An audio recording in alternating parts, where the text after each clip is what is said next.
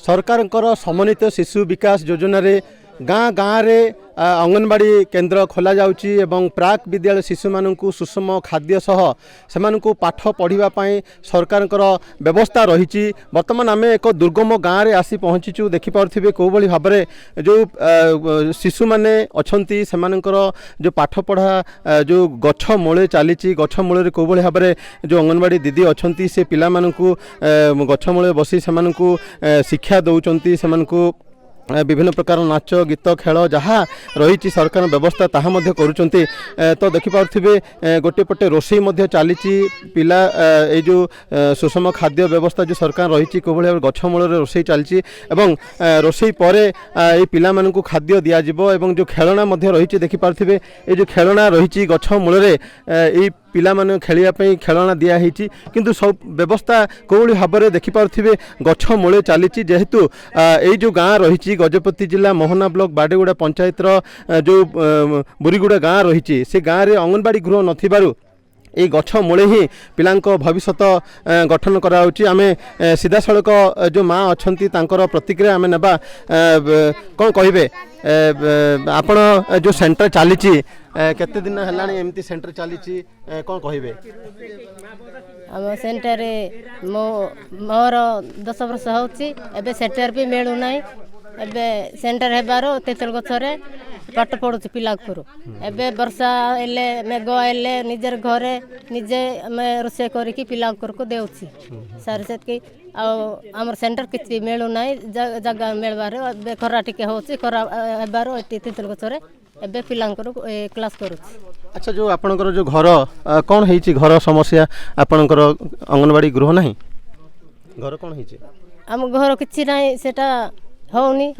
सेटा सेंटर हो पारुनी सेटा पे मो निजे घरे कौन होउची जे से बुझे पारुनी सेटा रोषे बास केमती कोडी होउची एटी तेंदल गतरे खरा दिन हेले तेंदल गतरे करूची वर्षा दिन हेले हम निजे घर को रोषे करके पिला को देउची। केते पिला माने आपन सेंटर पाठ पढ 18टा पिला माने कोन समस्या है कोन कहउचन दीदी आछुचंदी दीदी आसुची कोन कहबे से दीदी मैडम मोर सेंटर हो ना से पिंडारे पिला वर्षा हेले सेठी देउची रोषे बास करके बोले कहउची से कहउची जे हाँ से वर्षा दिन एबे तो सेंटर नाई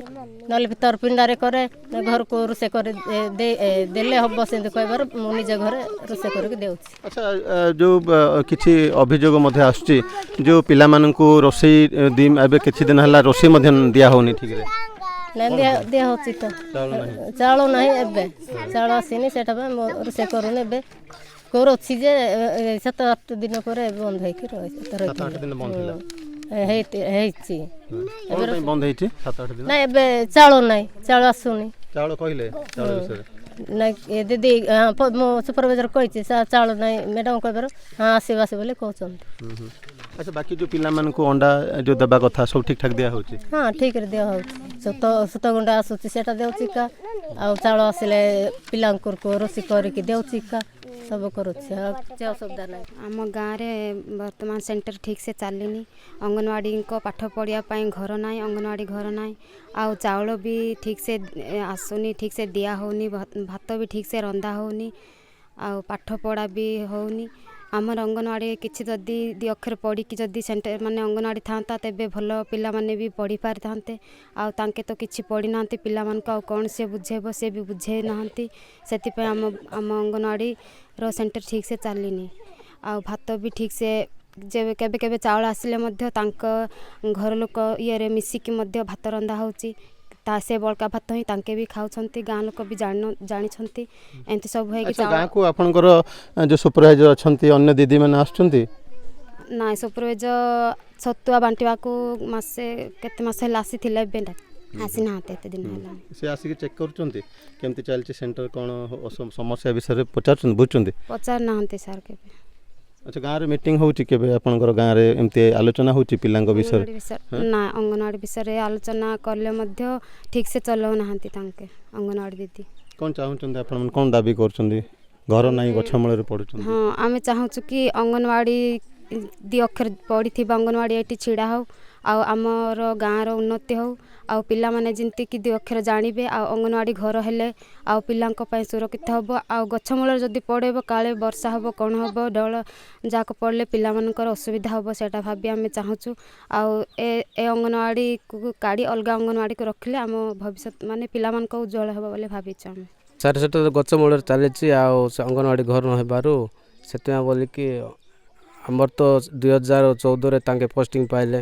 କିଏ ନ ପକାଇବାରୁ ସେ ତାଙ୍କେ ପାଇଲେ ଅଙ୍ଗନବାଡ଼ି ଘର ସେ ଅଙ୍ଗନବାଡ଼ି ମିନି ଅଙ୍ଗନବାଡ଼ି ପାଇଲେ ସେଥିପାଇଁ ବୋଲିକି ଆଉ ଯେଉଁ ଏବେ ତାଙ୍କେ ବୋଲେ ଯେତେବେଳେ ଚାଉଳ ଆସିବ ସେତେବେଳେ ସେ ରୋଷେଇ କରି ଦେଉଛନ୍ତି ତାପରେ ଯଦି ଚାଉଳ ନା ବୋଲିକି ଏବେ କେତେ ଦିନ ହେଲାଣି ବନ୍ଦ ଥିଲା ଚାଉଳ ନଥିଲା ବୋଲିକି? ଚାଉଳ ନଥିଲା ବୋଲିକି ହେଲା ସାର୍ ମାସେ ଟିକେ ଗଲା। ପିଲାଙ୍କୁ ରୋଷେଇ କରି ଦିଆ ହେଉନି? ଦିଆ ହେଉନି ସାର୍। ଆଚ୍ଛା ତ ଏ ବିଷୟରେ କେହି ଜାଣିନାହାନ୍ତି ଆପଣଙ୍କ ଉପରସ୍ଥ ଅଧିକାରୀ ବା ଯେଉଁ ସୁପରଭାଇଜର ହେଉ ବା ଯେଉଁମାନେ ଆସୁଛନ୍ତି ଜଣାଇଛନ୍ତି ତାଙ୍କୁ? ସାର୍ ମୁଁ ଜଣାଇଛି ଆମର ପଶୁପାଳକ ସାର୍ଙ୍କୁ ଜଣାଇଛି ତାପରେ ସୁପରଭାଇଜର ମ୍ୟାଡ଼ାମକୁ ବି ଜଣାଇଛି ଚାଉଳ ନାହିଁ ବୋଲିକି। ପ୍ରଥମତଃ ଦେଖନ୍ତୁ ଆପଣ ଯେଉଁ କହିଲେ ଓପନ୍ ସ୍ପେସ୍ରେ ହେଉଛି ସେଠି ତ ଅଙ୍ଗନବାଡ଼ି ବିଲ୍ଡିଂ ଯଦି ବା ନାହିଁ ସମସ୍ତଙ୍କୁ ଇନଷ୍ଟ୍ରକ୍ସନ୍ ଅଛି କି ସେମାନେ ଗାଁର କମ୍ୟୁନିଟି ହଲ୍ ହେଉ କିମ୍ବା ଯଦି ସ୍କୁଲ୍ ଅଛି ସ୍କୁଲରେ କରିବା ପାଇଁ କାହାକୁ ବି ଓପନ୍ ସ୍ପେସ୍ କରିବା ପାଇଁ ଏଲାଉ ନାହିଁ ସେଇଟା ବାରମ୍ବାର ନିର୍ଦ୍ଦେଶ ଦିଆହେଇଛି। ତା ଛଡ଼ା ଯେଉଁ ଖାଦ୍ୟ କଥା କହୁଛନ୍ତି ରାଇସ୍ ମଧ୍ୟ ଆମର ସରିଯାଇଥିଲା